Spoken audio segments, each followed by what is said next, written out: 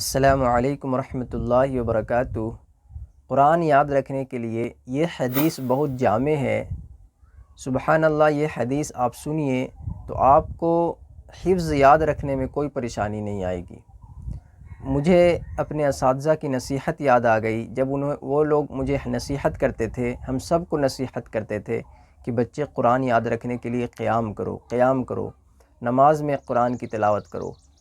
اور جب یہ حدیث میری نظر سے گزرا تو فوری طور پہ مجھے اپنے اساتذہ کی نصیحت یاد آ گئی کہ وہ ہمیں کتنا صحیح بتاتے تھے کہ بچے قرآن یاد رکھنے کے لیے یہی ایک ماتر طریقہ ہے کہ آپ یاد رکھیے گا یہ۔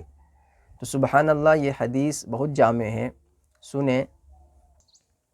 وَإِذَا أَقَامَ صَاحِبُ الْقُرْآنِ فَقَرَأَهُ بِاللَّيْلِ وَالنَّهَارِ وَذَكَرَهُ، جب صاحب قرآن قیام کرے گا اور رات دن اس کی تلاوت کرے گا، قرات کرے گا، تو وہ اسے یاد رکھے گا۔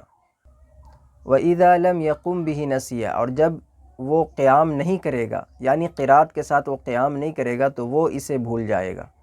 اب اس حدیث سے آپ اندازہ لگا سکتے ہیں یعنی قیام کرنا کس حد تک ضروری ہے۔ قرات کے ساتھ ساتھ قیام ضروری ہے، تبھی ہم قرآن کو یاد رکھ سکتے ہیں۔ یہ ٹپس ہے قرآن کو یاد رکھنے کے لیے، بہت جامع ٹپس ہے۔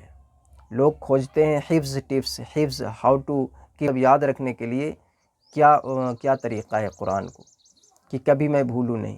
تو آپ روزانہ اگر ایک پارہ نماز میں قیام کریے گا، یہ ممکن تبھی ہے جیسے کہ آپ ہر نماز کے وقت جیسے ہی سنت آپ پڑھنے جا رہے ہیں تو 4 صفحہ 6 صفحہ سنت میں، فرض میں صفحہ بائی صفحہ پڑھیے گا تو انشاءاللہ اس کو یاد رکھیے گا۔